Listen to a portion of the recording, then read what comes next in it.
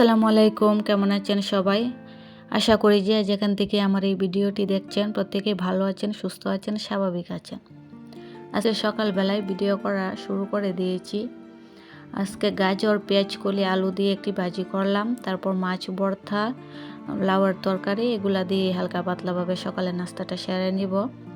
আর এদিকে চা বসিয়ে দিলাম। চাটা খেয়ে তারপরে আমরা একটু কাজে লেগে পড়বো। আর অফ ক্যামেরায় মোটামুটি বাসার ফার্নিচারগুলো একটু পরিষ্কার করে নিলাম। অলওয়েজ কি হয় দেখবেন যে অফ ক্যামেরায় আপনারা যতটুকু ইজিলিভাবে কাজটা করতে পারেন, ক্যামেরা অন করে তার দ্বিগুণ সময় আমাদের ব্যয় করতে হয়। আর একটি ভিডিও মেক করতে কতটুকু পরিশ্রম আর ধৈর্যের ব্যাপার সেটা পুরো আপনারা ভালোভাবেই জানেন।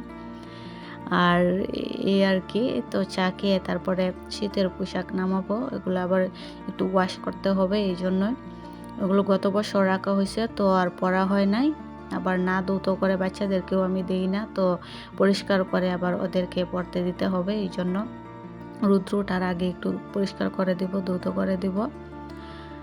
আর আপনারা একটি ভালো ভিডিও মেক করতে কতটুকু এফোর্ট দিতে হয় সেটা আপনারা ভালোভাবেই জানেন। সেই জন্য আপনাদের মাঝে একটি রিকোয়েস্ট, আপু অ্যান্ড আঙ্কেল ভাইয়ারা যারাই আমার ভিডিওটি কন্টিনিউ করছেন, আপনারা অবশ্যই একটি ভিডিওর শুরুতে লাইক দিয়ে দিবেন, তাহলে আমার ভিডিও করার উৎসাহ আরও বেড়ে যাবে এবং নতুন নতুন ভিডিও করার আমি সাহস যোগাবো পাবো। এই তো আমি কাপড় চোপড় এদিকে একটু ওয়াশ করার জন্য নামিয়ে রেখেছি, আর অফ ক্যামেরায় মোটামুটি বাসার আদার্স কাজগুলোও সেরে নিয়েছি। আমরা যারা গৃহিণীরা আছি, বাচ্চা টাচ্চা নিয়ে অলওয়েজ আমাদের মাথার মধ্যে একটি টেনশন কাজ করে যে কখন আমরা কাজ সারবো, কখন কাজ শেষ করে একটু বাচ্চাদেরকে সময় দিব। আর সারাক্ষণ কাজে ব্যস্ত থাকলে বাচ্চাদেরও মন মানসিকতা নষ্ট হয়ে যায়।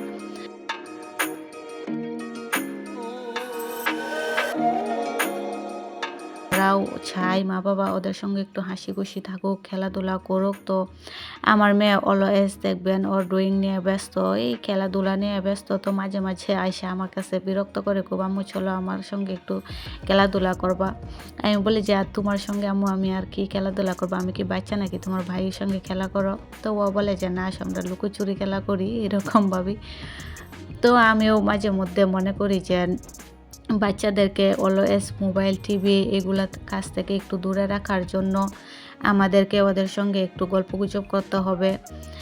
পড়াশোনার বিষয়ে বা কোনো একটা হাদিস বললাম, একটু ইসলামিক, এগুলাও ওদেরকে শেখানো একান্ত প্রয়োজন। তো আমি মাঝে মধ্যে মেয়েকে নিয়ে এগুলা একটু আয়ত্ত করার চেষ্টা করি। তো আল্লাহর প্রতি ভয়ভীতি বাচ্চাদের মনে সৃষ্টি করা এটাও একটা ভালো দিক, কারণ ওদেরকেও এখন থেকেই শেখাতে হবে আল্লাহর প্রতি একটু দুর্বলতা, এগুলো আল্লাহর প্রতি ভয়ভীতি।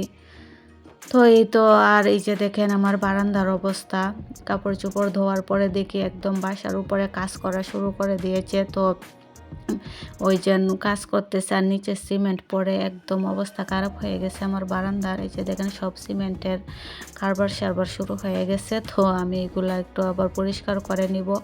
পরিষ্কার করলেও কোনো লাভ হয় না, তারপর কিছুক্ষণ পরে আবার নোংরা হয়।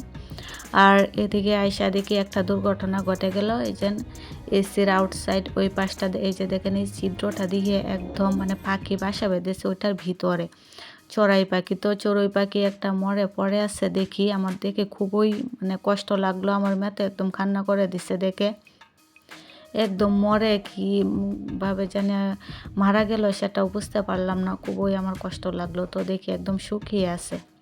তারপর আর কি করব, এটা পরিষ্কার করলাম। তারপরে এদিকে আবার আমার মেয়ের ম্যামরা চলে আসছিল বাসায় আজকে। তো ওনাদেরকে আবার কিছু হালকা নাস্তা পানির ব্যবস্থা করলাম, নাস্তা পানি খেয়ে আবার চলে গেল।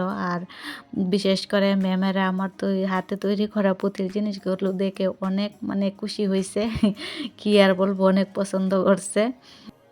এদিকে এক ম্যাম বলতেছে এই টিউলিপের ছিল, ফুল বানানো ছিল, এগুলো দেখে খুবই মানে পছন্দ হয়েছে ম্যামের। আমি আর কি করব, তো এগুলা দিয়ে দিলাম যে ম্যাম আপনাকে আমি গিফটই করলাম। এই তো ম্যামও অনেক খুশি হইল, এই আর কি। আর এই যে দেখতেছেন ওইটাও আমার নিজের হাতে তৈরি করাই পলের জুড়ি, আরও পলের জুড়ি আমার কর্নারে ছিল, তো ওইগুলা দেখে ওরা খুব প্রশংসা করলো, এই আর কি। আর এই যে দেখেন এই ফুলদানি আর এই যে এই ফুলের এগুলো তো লাল, আর মেমে নিয়েছে লাল, সাদা আর নীল কালার, ওইগুলা মানে ওই কালারগুলাই পছন্দ হয়েছে, আর হলুদটা নেয় না, ওইটা আমার জন্য রেখে গেছে। এই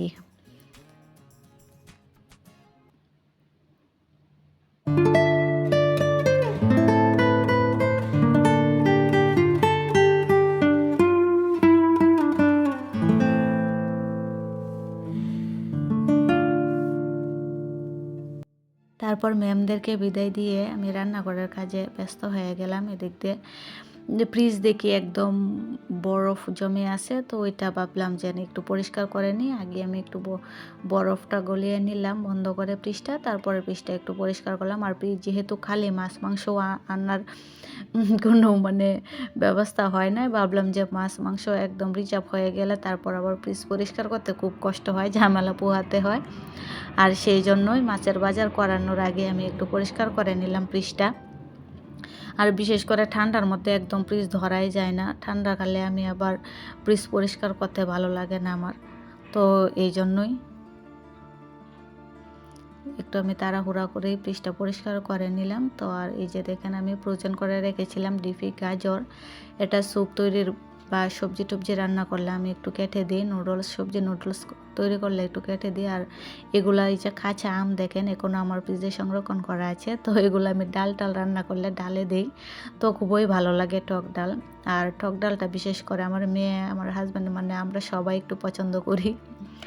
আর এই যে বক্সে পেঁয়াজ রসুন আদা যেটা থাকে আর কি, আমরা বাঙালি আইসক্রিম বা রসমালাইয়ের বক্সে দেখবেন খুললেই আইসক্রিম না পেয়ে পেঁয়াজ রসুন আদা আমরা পাই, তো সেটাই আমার ক্ষেত্রেও হয়েছে। আর এই যে একটু পরিষ্কার করে দিলাম, আর এগুলো মোটামুটি একটু গুছিয়ে নিচ্ছি। তো আবার মাছ বাজার নিয়ে আসবে বলছে ওর আব্বু, আপনাদের ভাইয়া বলতেছে যে আজকে মাছ বাজার করে নিয়ে আসি, এই জন্য আর একটু তাড়াহুড়া করে ফ্রিজটা আমি পরিষ্কার করে নিলাম। এই তো তারপরে আবার আমার মেয়ের জন্মদিন ছিল, তো মেয়ের খানের কাছে একটু আস্তে আস্তে বললাম যে আম্মু তুমি কী পছন্দ করো, তোমাকে কী গিফট দিব। আবার জন্মদিন আমার হাজব্যান্ড আবার পছন্দ করে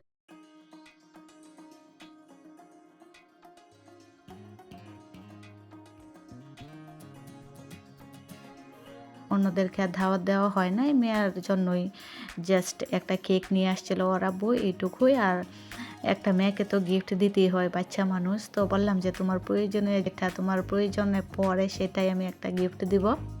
তো ও বলতেছে আম্মু এই যে অ্যালফাবেটগুলা, এগুলো আগে একদিন ও দেখা গেছিলো, তো ওইটার কথাই মানে একটু মনে হচ্ছে যে ও এটাই পছন্দ। তো আমিও ভাবলাম যে যেটা যার প্রয়োজনীয় জিনিস সেটা দেওয়াই ভালো, আর বাচ্চারা যেটা পছন্দ করে সেটা গিফট করলে তো ওদের আনন্দ আরও দ্বিগুণ হয়ে যায়। তো ওর পছন্দের জিনিসটা আমি গিফট করলাম ওকে, তো ও তো পেয়ে খুব খুশি আনন্দিত।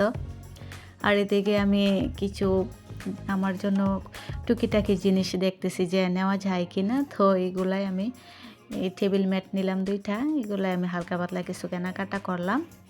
তো তারপর বাসায় আসলাম, বাসায় এসে আমার মেয়েকে আবার গিফটটা দিলাম, তো ও খুবই খুশি হয়েছে। আর ওইগুলা অনেক পছন্দ ছিল ওর, তো পছন্দের জিনিস বাচ্চারা পেলে তো বুঝেন দ্বিগুণ আনন্দ পায়। এই তো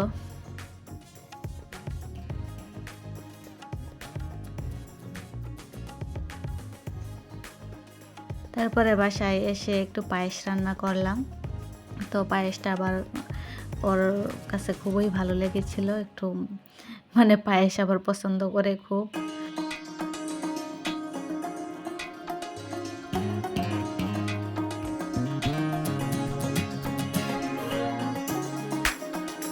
আর কিছুক্ষণ পর পর বলতেছে যে বাবা কখন আসবে, ওর আব্বুর কথা জিজ্ঞেস করতেছে যে আজকে এখনো আসে না কেন। এই যে বাসায় তো টুপি ছিল জন্মদিনের, এইগুলো ওরা 2 ভাই বোন মিলে বের করে একদম রেডি করে রাখছে।